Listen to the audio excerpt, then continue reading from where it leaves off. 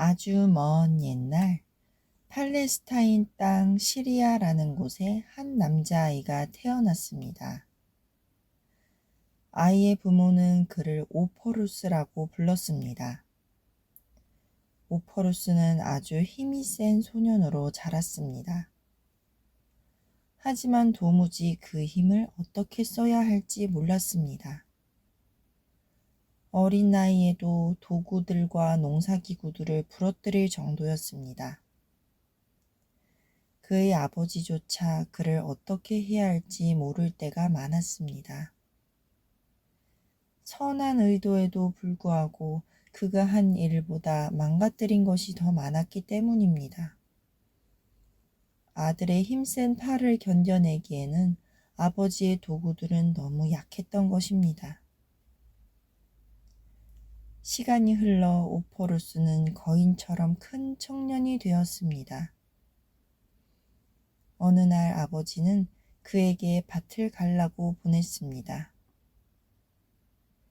하지만 오포루스에게는 밭을 가는 말들이 너무 느렸습니다. 그래서 그는 말들을 풀어주었고 자신이 직접 쟁기를 잡고 전속력으로 끌기 시작했습니다. 몇 시간이 지난 후 쟁기는 산산조각이 나고 말았습니다. 오포루스가 나쁜 뜻으로 그런 것이 아니었지만 아버지는 슬펐습니다. 단지 아들의 힘이 너무 셌던 것입니다. 아버지는 아들에게 말했습니다. 오포루스야, 너는 더 크고 강한 주인을 찾아 섬겨야 될 것 같구나. 너의 힘을 바르고 제대로 쓸 수 있게 말이다. 그래서 오포루스는 부모님께 인사를 올리고 집을 나섰습니다. 그리고는 그 나라를 다스리는 왕에게로 가 그를 섬기겠다고 말했습니다. 왕은 마침 다른 나라와 전쟁 중에 있던 터라 그와 같이 힘센 부하를 두게 된 것을 기뻐했습니다. 몇 년 동안 오포루스는 왕을 충성스럽게 섬겼습니다. 어느 날 왕의 궁전을 찾아온 한 방문객이 얘기하던 중에 악마라는 이름을 꺼냈습니다. 그러자 왕은 불안해했고 겁에 질렸습니다. 오포루스는 왕이 그와 같이 두려워할 수 있다는 사실에 놀랐습니다. 왜냐하면 그는 세상에서 가장 강한 주인을 섬기기를 바랐기 때문입니다. 한편 왕은 악마를 두려워한다는 사실을 인정할 수밖에 없었습니다.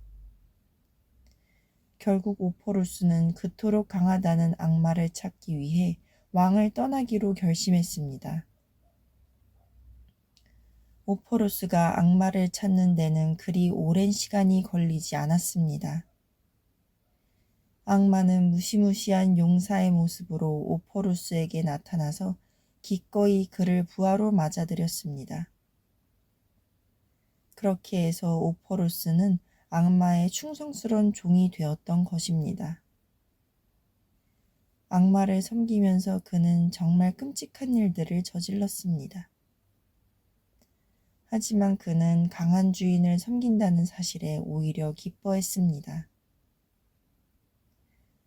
하루는 오포루스가 악마와 함께 마차를 몰고 시골길을 가던 중이었습니다.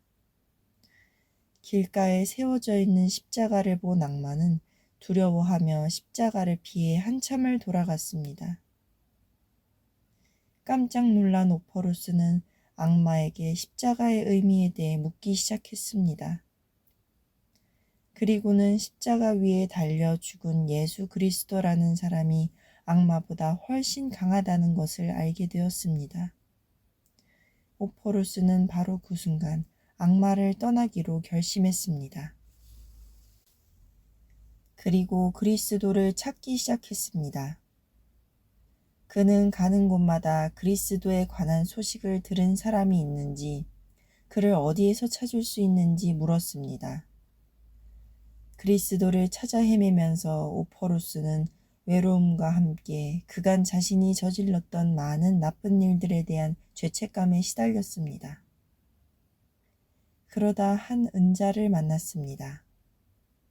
은자는 오포루스에게 진정 그리스도를 찾기 원한다면 먼저 회개의 길을 찾아야 한다고 말해 주었습니다.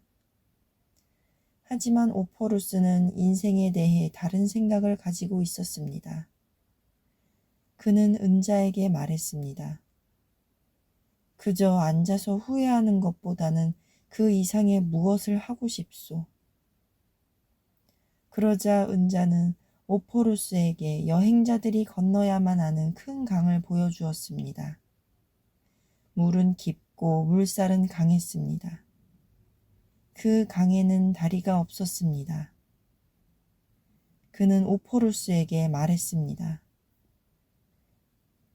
돈이 없어 배를 타고 가지 못하는 가난한 여행자들이 이 강을 건너다 자주 빠져 죽는다오.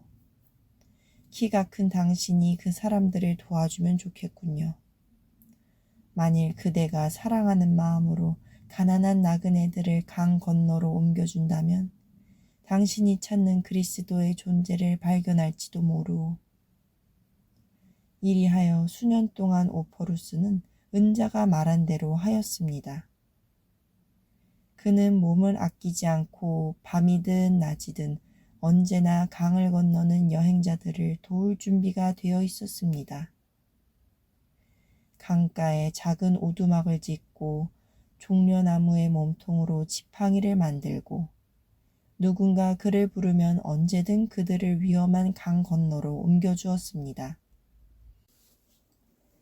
이 모든 일을 하는 동안에 오포루스의 단 한 가지 소원은 바로 예수 그리스도를 찾는 것이었습니다. 심하게 폭풍이 몰아치던 어느 날 밤, 그는 오포루스, 나를 강 건너로 옮겨주세요 하고 외치는 소리를 들었습니다. 그는 오두막을 나와 강둑 위아래를 다니며 찾아보았지만 아무도 없었습니다. 그래서 그는 오두막으로 돌아와 다시 잠들었습니다. 곧 그 목소리가 다시 들려왔습니다. 이번에는 매우 작은 목소리였습니다. 오포루스, 오포루스, 나를 강 건너로 옮겨주세요. 그는 다시 나가서 찾아봤지만 역시 아무도 없었습니다.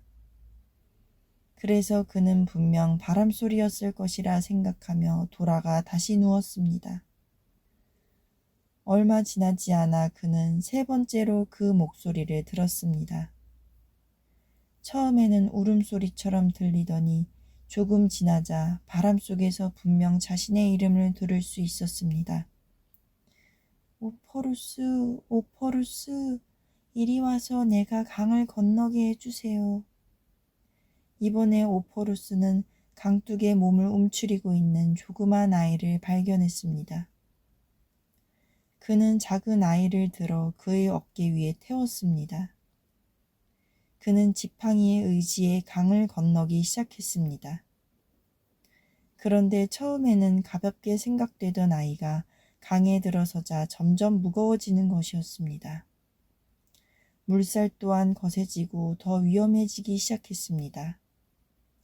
강 한복판쯤부터는 마치 온 지구를 자기 등에다 업은 듯한 무게로 물속에 고꾸라질 지경이었습니다. 오포루스는 처음으로 두려움에 떨며 소리쳤습니다. 어이구 꼬마야, 넌 왜 이리도 무거우냐? 지구 전체를 내 어깨에 메고 옮기는 것 같구나. 그러자 그 아이는 말했습니다. 오포루스여, 두려워하지 말아요. 당신은 지금 세상 전체를 옮기고 있습니다. 나는 당신이 찾던 세상의 창조주이며 구세주인 그리스도입니다. 그 아이는 오포루스에게 계속해서 이야기했습니다. 강을 건너거든 그 지팡이를 땅에 심으십시오. 그리하면 내일 아침 거기서 꽃이 피어날 것을 보게 될 것이며 내가 그리스도였음을 알게 될 것입니다. 또 지금부터 당신은 어떤 죽음도 악마도 두려워하지 않게 될 것입니다. 당신은 세상의 고통 가운데 두루 다니면서 크리스토포루스라고 불리게 될 것입니다. 그것은 그리스도를 짊어지고 가는 자, 즉 그리스도를 마음에 간직한 사람이라는 뜻입니다. 당신의 영혼은 하나님의 사랑으로 환히 비춰질 것이고 사람들에게 그 사랑을 보여주게 될 것입니다. 그리고 그 아이는 사라졌습니다. 다음 날 아침 과연 예언대로 이루어졌습니다. 나무를 잘라 만든 지팡이에서 푸른 잎이 돋고 꽃이 피어나고 땅에 뿌리를 내리는 진짜 나무가 되는 기적이 일어난 것이지요. 크리스토퍼루스는 그리스도를 찾은 기쁨으로 세상 사람들에게 나아갔습니다. 뱃사공, 순례자, 여행자, 등산가, 운동선수, 철도 노동자, 짐꾼, 운전사들의 수호성인으로 가는 곳마다 그의 왕 예수 그리스도의 사랑과 능력을 증거하였습니다.